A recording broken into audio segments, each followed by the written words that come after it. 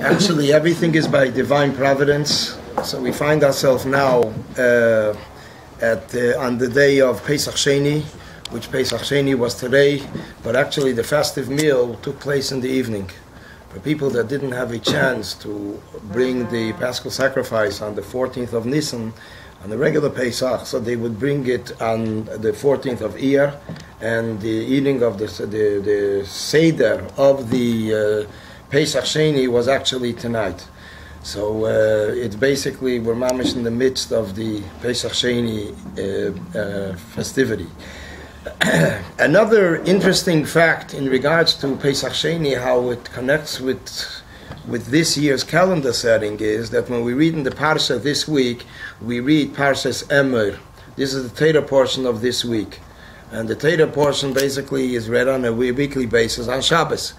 And when we look at the 7 different portions of the Torah portion of the Parsha, so we find that today, as it is customary to learn every day the Torah portion of the day, today it begins speaking about the different holidays. It begins with Shabbos, and right after that, Pesach. Which means basically that today, also the Torah portion that we study today speaks about Pesach, the Pesach which is in Nisan time, the first of all the holidays throughout the year, beginning from Nisan, then comes Shavuos, then comes Sukkot. So basically, we're not only that we're dealing today with Pesach Sheni because of the calendar, but also the Torah portion is actually discussing Chag HaPesach, the first Yom Tov, which is the Yom Tov which marks the foundation of the Jewish nation and the birth of the Jewish nation, as the prophet Yecheskel says that this is the day that the Jewish nation was born, the Yom Tov, which is Pesach. Pesach Sheni teaches us many different aspects, and one of them is, which is very known in Chabad, as the previous Rebbe said in 1941, Pesach Sheni teaches us that it's never too late. A person could always correct, can compensate, even if they were impure, and the person was in a distant place. They were not in Jerusalem in the time for the sacrifice. This is one of the conditions that exempts a person from bringing the offering on the 14th of Nisan. If they were at a certain certain distance out of the city of Yerushalayim, so they are not obligated to bring the Paschal sacrifice, and they wait for the 14th of Iyar, which is a month later. So basically, the Pesach Sheni is a beacon of light, and it generates light and energy in a person. That although a person sometimes figures that they missed something, and they were lacking something, or they didn't realize something, they overlooked something, the Pesach Sheni teaches us that it's never too late, and a person could always compensate. The Pesach Sheni came as a result of a group of people who were impure. They were dealing with they were carrying the they were carrying actually body of Yosef. Wow. And therefore they were not able to bring the Korban Pesach, the offering in the first Nisan, the first Pesach, and they came to Moshe Rabbeinu and they said to Moshe Rabbeinu, Loma Nigora, why should we be counted out? Why should we lose out from something that everybody is doing and everybody was able to fulfill? Which this teaches us also, this actually sheds light and gives us an idea of what actually took place here. In general, from the 613 commandments, almost all came initiated on the part of the Almighty. He is the one that gave over to Moses, Vaydaber Hashem Moshe Lemer, the Eibushter spoke. Everything was initiated from above. There are a few selected commandments that were initiated from the Jewish nation. And one of them is basically the commandment of Pesach Sheni. Pesach Sheni was based on this group of people that felt that they were shortchanged, they were lacking something, they're not getting what everybody else got, and they came to Moshe Rabbeinu to ask, Loma Nigora, why should we lose out? And in their merit, they were offered a whole portion in Torah, which is a whole set of mitzvahs. Not just one command, but a whole group of mitzvahs. A list. There's the sacrifice, then there's the eating, then there's the matzah. Everything that takes place tonight is a whole group of commandments. So this is based on what they requested, what they demanded. So the Rebbe explains that in general, every commandment that a person fulfills, we had it in last week's Parsha and the Mezritch Maggid. The Maggid of Mezritch says a very interesting explanation on the verse that it says, Asher yasa eisam ha'odam v'chai b'hem. That what the person will do, v'chai b'hem, and he'll live in it, which are the commandments. Comes the Mezritch Maggid and explains, v'chai b'hem means not only he'll live in it, v'chai b'hem, he generates energy in the mitzvahs.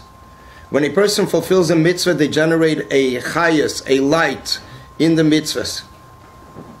Another person doing a mitzvah, a person that's not commanded to do the mitzvah, it's considered like just something physical laying on the table. There's nothing being accomplished with it. Which this was given to the Jewish nation, and that's why mitzvahs are considered like plants. That in the same way that plants need to be placed in order to grow and blossom, they need to be placed in the right place. You can't just grow in a desert. In the same sense also, the Jewish nation are considered the desired land. The Eretz Chayfetz, as the prophet says, Malachi, Kisiyu atem Eretz Chayfetz, that you are a desired land. A land in which there's output. That when a Jewish person does a mitzvah, a commandment, they connect with the Almighty. They generate a revelation. They generate and establish a new connection with the Almighty. So therefore, in every mitzvah this takes place. It's told in regards to the Baal Shem Tov that when the Baal Shem Tov prayed, the tzitzis started to move on its own. On their own, they started to move. It was basically, in a practical sense, it was obvious how he brought the chayas in the physical object that he did, in the physical mitzvah that he did, which is the mitzvah of tzitzis. It's the garment and the fringes. It's told that when the Baal Shem Tov would say Kabbalah Shabbos, it says that the goats would stand on their hind feet. It was basically it shows that when the impact, when it comes to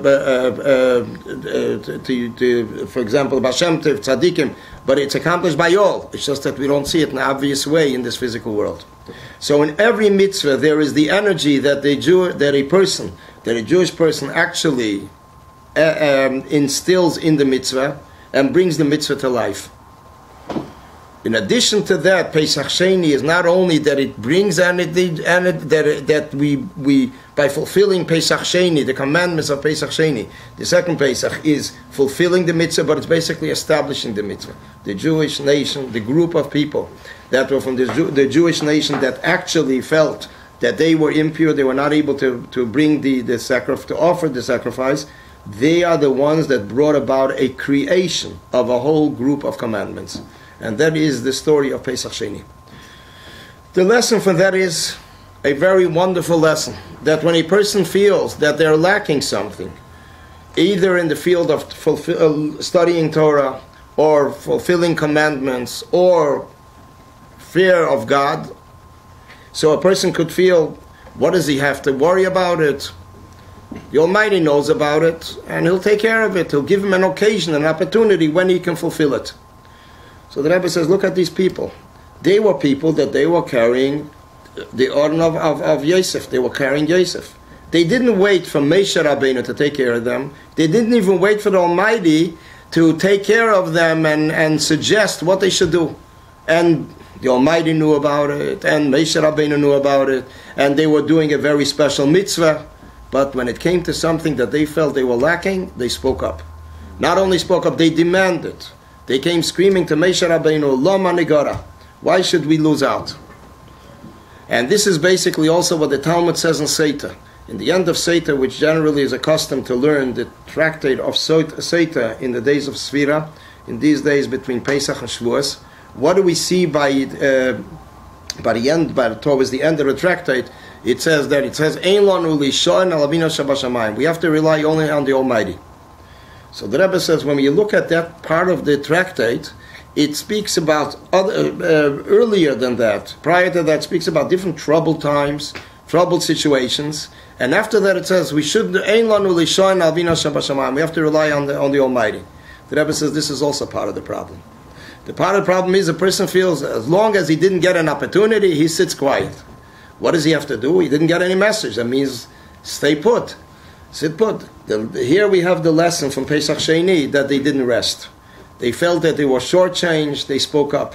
And they came to Moshe Rabbeinu, and Moshe Rabbeinu said, I will check with the Almighty. And he was sure, as Rashi tells us in the Chumash in Bamidbar, which is the book of Numbers, that he will receive a message for them in Parsha Baleischa, and they received a whole new Parsha in Torah, a whole new portion in Torah.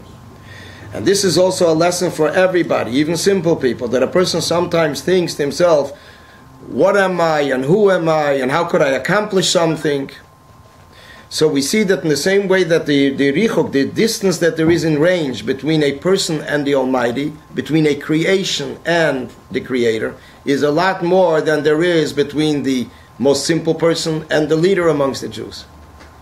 Still we see that they came and asked, Lama Nigora, why should we lose out? From this we understand the potential of every Jewish person, how much they can accomplish, and that the Almighty fulfills their request, and there's a whole new set of commandments given.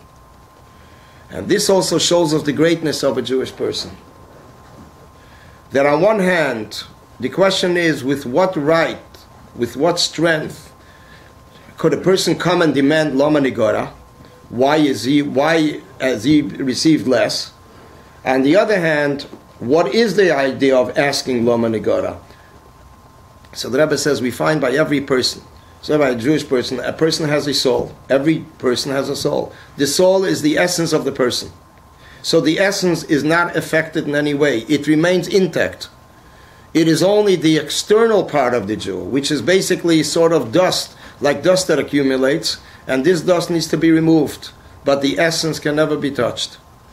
And therefore, but on the other hand, the person feels that externally there are things that need to be repaired, things need to be compensated, polished. So this is basically, a person receives the privilege to be able to ask Lama Nigora, why should he lose out, in order to receive what he's missing. And this is also basically the lesson in regards to everything. Not only to compensate something, not only a person missing something they didn't do in the past, but even if they did do. For example, a person thinks about a project that they did 2 years ago, and they look back at it now, they look at it that, I could have done it a lot better. It's only that the 2 years of experience gave the person their insight that they could have done a lot better. But at that point, it was complete. But because Reiv Shonim Yediyah Chochma, as Shlomo Melech says, that age gives knowledge, so adds knowledge, so therefore, how much a person knew then, there's always more that a person could invest in the same concept that they did 2 years ago. So the Rebbe says this is the lesson of Pesach Sheni, that also in this, it's never too late. Never too late in any way, on any level of standard that a person finds himself in regards to the past, they can always complete it. And it's interesting because there was once a private audience of a certain teacher, a certain dean in one of the yeshivas in New Jersey, not Hasidic yeshiva, and they came to the Rebbe. And he wanted to, he says, I wasn't really interested in speaking with the Rebbe and learning, but I heard the Rebbe is a great person. I wanted to meet him. Over the course of the private audience, the Rebbe asked, do you learn Chassidus? Do you study Chassidus? He says, I tried, but it just didn't register in my mind. It's not his cup of tea. So the Rebbe asked him, did you ever learn the Talmud? He says, yeah. He says, I learned this and this tractate. So the Rebbe says, how old were you then? He says, 8 years old. He says, did you ever learn it again later in life? He says, yeah. How old were you then? 13, 14. Then another time, 22 years old. So the Rebbe says, did you ever see a difference in the 3 times that you learned, the way you understood it? He says, yeah, sure. The 8 years old, I was just understanding it on the surface. 13 years old, I was already grown up somewhat, and I had an idea, and I already started to understand the depth. 22 already he became already a whole thing, he's already able to write books. So the Rebbe says the same thing with Chassidus. You look at it one time, and you think it's not for you. But when you look at it and you gain knowledge, you'll see this is exactly a light that will enlighten your understanding of Torah in general. And this is basically the idea of Pesach Sheni. Pesach Sheni is that even if somebody needed to polish something, needs to add something, they can always accomplish it. It's never too late.